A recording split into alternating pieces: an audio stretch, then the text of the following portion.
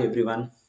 ఈరోజు మనం ఒక చిన్న క్వెరీ గురించి మాట్లాడుకుందాం. యాక్చువల్లీ క్వెరీ అంటే ఏంటి అంటే, ఇక్కడ కొన్ని సందర్భాల్లో మనం అప్డేట్ సెట్స్ అనేటువంటిది మర్చిపోతూ ఉంటాం. ఏదైనా ప్రాజెక్ట్ చేసేటప్పుడు అప్డేట్ సెట్ మర్చిపోయి నేను పొరపాటున వేరొక అప్డేట్ సెట్‌లో గనుక నేను ఏదైనా కాన్ఫిగరేషన్ గాని, స్క్రిప్టింగ్ గాని రాసాననుకో, ఎలా నేను అప్డేట్ సెట్‌ని మార్చుకోవాలా? మళ్ళీ నేను ప్రాజెక్ట్‌ని చేయాలా అంటే, అవసరం ఏం లేదండి. చిన్న కాన్ఫిగరేషన్ గనుక చేంజెస్ చేస్తే అప్డేట్ సెట్ ద్వారా చేసినటువంటి అవన్నీ కూడా ఏంటంటే మనకు ఈ అప్డేట్ సెట్‌లోకైతే మారిపోతాయి.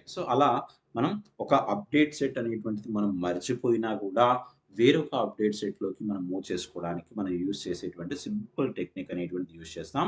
ఆ సింపుల్ టెక్నిక్ అనేటువంటిది మీకు నేను చూపిస్తాను. ఓకేనా? ఎందుకంటే చాలా వరకు మనం మర్చిపోతూ ఉంటామండి. అది సహజంగా కొన్ని అప్డేట్ సెట్స్ అనేటువంటివి పెట్టడం మర్చిపోయి నేను ప్రాజెక్ట్ అనేటువంటిది వేరే దానిలోకి నేను ఆ కాన్ఫిగరేషన్ చేశాననుకోండి. అటువంటి వాటిల్లో మనకు ఇటువంటి టెక్నిక్ అనేటువంటిది యూజ్ అవుతుంది. ఓకేనా? రైట్. ఓకే. మరి ఎలా చేస్తానంటే మీరు అప్డేట్ సెట్ అనేటువంటిది గ్లోబల్‌లో నేను ఇంతకుముందు ఒక క్లయింట్ స్క్రిప్ట్ రాసాను. అది లోకల్ అప్డేట్ సెట్‌లో ఎక్కడ రికార్డ్ అయిపోయింది అంటే మనకు డిఫాల్ట్ అప్డేట్ సెట్స్ ఉంటాయి చూసారా? ఆ డిఫాల్ట్ అప్డేట్ సెట్‌లో అది రికార్డ్ అయిపోయింది. చూద్దాం మనం ఒకటి. ఈ కస్టమర్ అప్డేట్స్‌లో చూడండి, ఇక్కడ క్లయింట్ స్క్రిప్ట్ అనేటువంటిది ఉంది కదా! ఎక్కడైతే మనకు కస్టమర్ అప్డేట్స్‌లో 5842 సంథింగ్ ఉన్నాయి కదా! వాటిలల్లో మనం ఇక్కడ గమనిస్తే ఇది మనం అప్డేట్ సెట్‌లోకి రావడం జరిగింది. ఈ యొక్క అప్డేట్ సెట్‌లోకి వచ్చింది కాస్త ఇది ఇక్కడ కాదు. ఎక్కడ చేయాలి నేను అసలు యాక్చువల్‌గా చెప్పాలి అంటే, నాకు నా యొక్క ఎలక్ట్రిసిటీ బిల్ ప్రాజెక్ట్ అనేటువంటి అప్డేట్ సెట్‌లో మనకు రావాల్సింది పొరపాటున దీనిలోకి రావడం అయితే జరిగింది. నేను అప్డేట్ సెట్ పెట్టడం మర్చిపోయాను. అందుకే ఈ విధంగా దీనిలోకొచ్చింది. మరి ఎలా చేయాలి అంటే, దీన్ని మనం మన యొక్క ఎలక్ట్రిసిటీ బిల్ ప్రాజెక్ట్‌లోకి మూవ్ చేసుకోవాలి. అయితే ఎలా మూవ్ చేసుకుంటానంటే, చాలా సింపుల్ టెక్నిక్ అనేది దాని ద్వారా మనం మూవ్ చేసుకోవచ్చు. మీకు నేను చూపిస్తాను ఇక్కడ. ఫస్ట్ ఆఫ్ ఆల్ నేను దీన్ని ఇక్కడ ఏం చేస్తున్నానంటే, ఈ యొక్క కస్టమర్ అప్డేట్స్ మీద ఒక్కసారి క్లిక్ చేయండి. ఎక్కడైతే క్లిక్ చేయగానే మనకేంటి అక్కడ ఉంది గదా! మనకు ఏంటి ఎనర్జీ చార్జెస్ కాలిక్యులేషన్స్ అని ఉన్నాయి గదా! ఒక్కసారి దాని మీద క్లిక్ చేయగానే మనకి ఈ విధంగా ఫార్మ్ ఓపెన్ అవుతుందా? ఈ ఫార్మ్ ఓపెన్ అయిన తర్వాత ఒక్కసారి ఇవన్నీ చూడండి, ఇక్కడ నేను క్లయింట్ స్క్రిప్ట్ అనేటువంటిది రాసుకున్నాను ఈ యొక్క అప్డేట్స్ లోపల. ఇవంతా గూడా మనకు క్లియర్‌గా చూపిస్తుంది. మనం ఈ యొక్క అప్డేట్స్ ద్వారా క్లయింట్ స్క్రిప్ట్ అనేటువంటిది ఏమేమి రాసుకున్నాం అన్నీ చూపిస్తుంది. అయితే ఇక్కడ మనం మార్చుకోవడానికి మనం ఏ పొజిషన్‌లోకెళ్ళాలంటే జస్ట్ ఇంకొంచెం కిందకి స్క్రోల్ చేసుకొని ఓకే.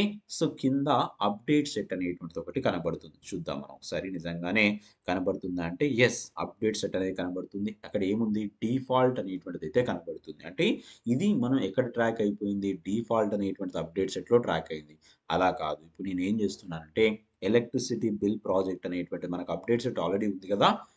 దానిలో నేను సింపుల్‌గా ఎలక్ట్రిసిటీ బిల్ ప్రాజెక్ట్ అనేటువంటి దాని మీద నేను జస్ట్ క్లిక్ చేస్తున్నాను అనుకుందాం. అక్కడ సెలెక్ట్ చేసుకొని, నేను క్లిక్ చేయగానే ఇమ్మీడియేట్‌గా ఏమవుతుందో తెలుసా?